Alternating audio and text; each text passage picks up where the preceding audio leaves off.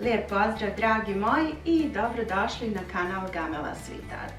Danas pravim klasičan cherry pie ili kolač sa trešnjama koji puca od ukusa. Upakovan je u tart kori ili u prhkom tijestu koje se topi u ustima. Jednostavno je neodoljiv. Prvo ćemo početi sa pripremom kore. U ovu zdjelu stavila sam 250 grama butera sobne temperature, dodat ću jedno cijelo jaje, 200 grama šećera i ovo ću ručno ovako sve izjednačiti i izmiješati.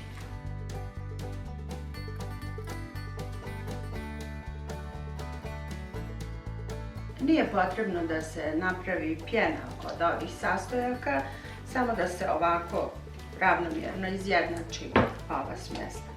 Ovoj buter kremi dodavat ću postepeno brašno. Ja sam izvagala ovdje 350 grama brašna, ali nekad je potrebno više, nekad malo manje. Vidjet ću koliko će nam sada trebati.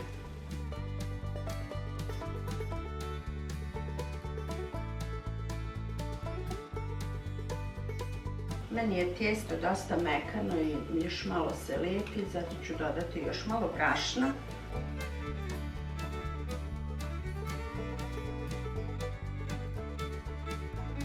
Sada ću ovo tijesto razviti ovdje na ovoj radnoj površini, a prethodno ću ga podijeliti na dva dijela. Ovaj dio ću ostaviti ovdje sa strane, to ćemo pokriti kolač odozgo ili pie.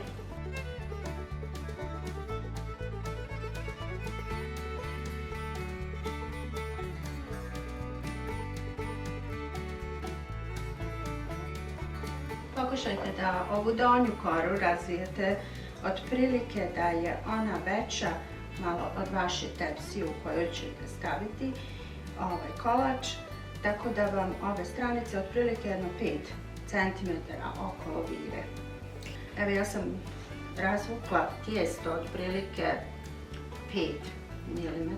Sada ću ga prenijeti u tepsiju pomoću ove oklagije. Ovako.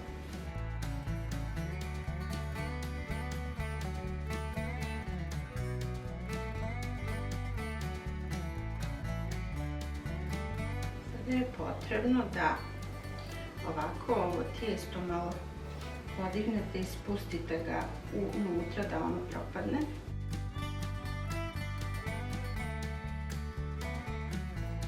Ako vam gdje i pukne, samo ovako malo prstima pritisnete, sastavite i to je to.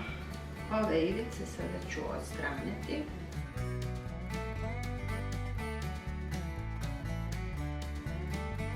Ovo ću ostaviti po strani. Sada ćemo pripremiti fil. Ja sam ovdje istopila 900 grama zamrznutih trešanja. Ovdje ću dodati 100 grama šećera. Također narendat ću malo koru od limuna.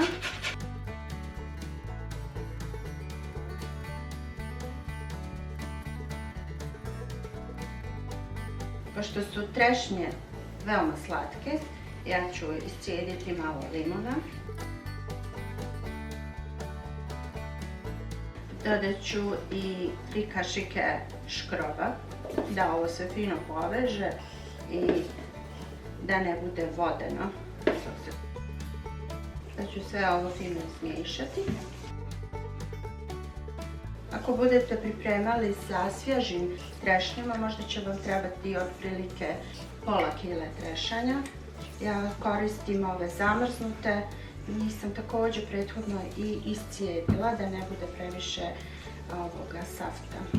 Što sam sad sve ovo izmiješala, sada ću ovaj fil sipati unutra.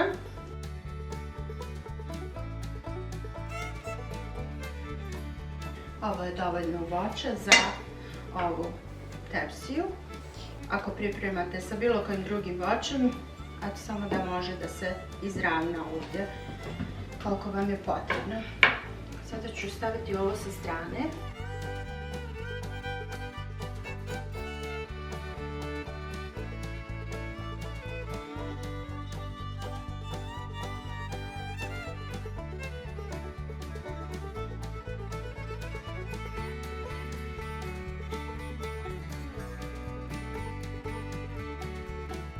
Razvila sam sada i ovu drugu koru.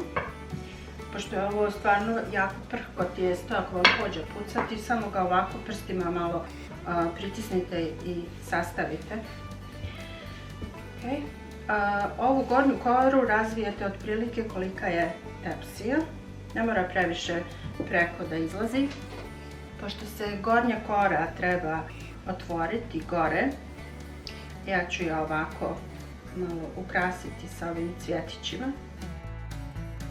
Otvorit ću ovako na par mjesta.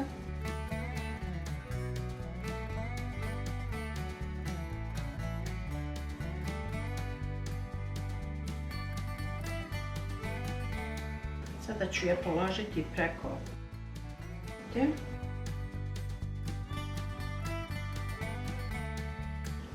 Pritisnite ove krajeve ovako da se oni malo sastave.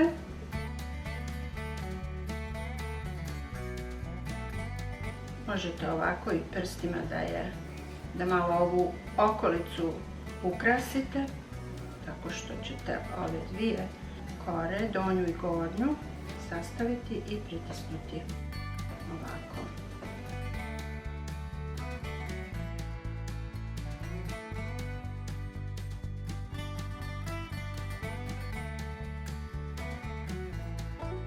Na ovim mjestima gdje mi je puklo tijesto, ovako ću pokriti sa ovim tijestom koje sam iskružila ove cvjetiće.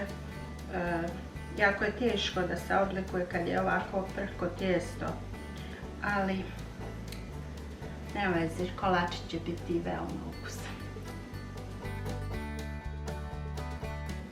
Pošto smo sastavili ove sve ivice i završili sa gornjom korom, ja ću sada nju premazati sa bjelancetom, da ona bude glatka i sjajna kad se ispeče.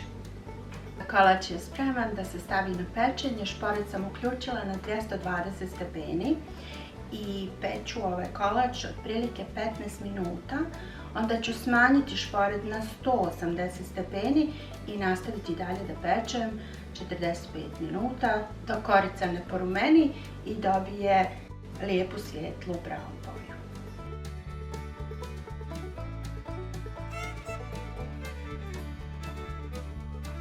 Evo, kolač je upravo izađen iz šporeta.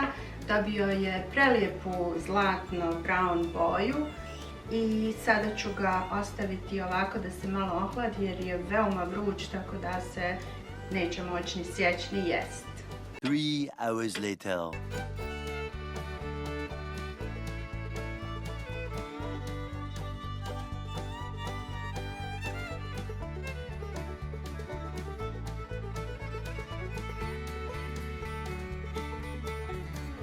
Svi sastojci imaju nevjerovatan ukus. Sada ću probati. Posebno mi se sviđa ukus limuna koji osvježava ove slatke trešnje. Fantastično. Nadam se iskreno da će se i vama svidjeti ovaj recept. Također ovaj kolačić možete da ukrasite sa šećerom u prahu ili da ga servirate sa kuglom sladoleda i šlagom. To bi bilo sve za danas, dragi moji. Hvala vam puno što ste gledali još jedan moj video. Mi se gledamo uskoro sa novim receptima i novim idejama. Sve vas puno pozdravljam. Like, share, subscribe. Bye, bye, bye!